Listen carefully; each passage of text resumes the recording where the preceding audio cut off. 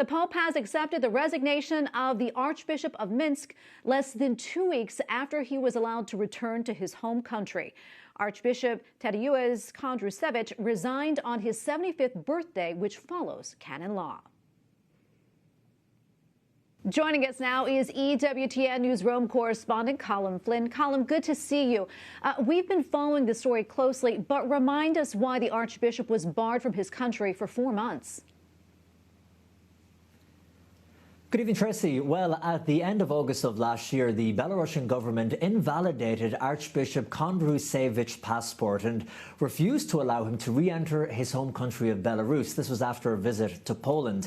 Now, news of this spread, and Foreign Affairs, including from the United States, decried his treatment and appealed to the Belarusian government to let the Archbishop come home.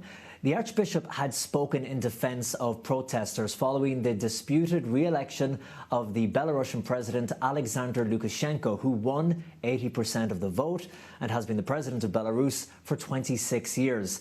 Now, the Archbishop had also prayed outside a prison where arrested protesters and even some priests were being held. Well, after 4 months, Belarusian authorities permitted his return to the country to celebrate Christmas. This was at the request of Pope Francis, and he did return to Belarus on December the 24th, Christmas Eve. And the first thing he did, Tracy, when he went back and he was on Belarusian soil was that he knelt down and he kissed the ground. Wow. Well, Colm, as we know, this resignation, though, really isn't a surprise and did follow church law. But what else do you know about it? Yes, Tracy, that's right. The resignation came on the Archbishop's 75th birthday, and canon law asks that bishops offer their resignation to the Pope at the age of 75. Now, it is up to the Pope whether he accepts the resignation or not. And in Belarus, Catholics have been honouring the Archbishop with a special video.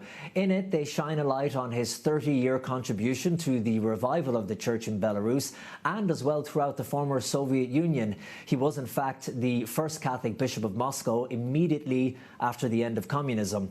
And in Belarus, he reopened about 100 previously closed churches and initiated the publication of the Order of Mass and the Catechism in the Belarusian language after gaining religious freedom.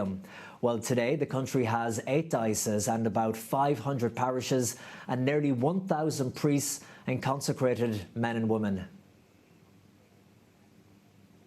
And Colm, quickly, do we have any idea who will replace him at the Archdiocese? Tracy, the Pope hasn't yet named a successor to Minsk, but the Vatican did appoint 75-year-old Bishop Kazimierz V. Leszczellers to serve as apostolic administrator to lead the Archdiocese for just now. And before Archbishop Kondrusiewicz resigned, he and all the bishops in Belarus decided to dedicate the new year of 2021 to the Church as the sacrament of universal salvation.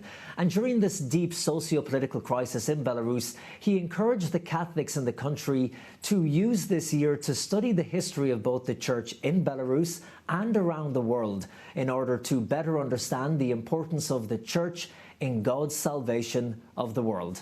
Tracy? Colm Flynn, EWTN Newsroom correspondent. Thank you so much for that report, Colm. Thank you, Tracy.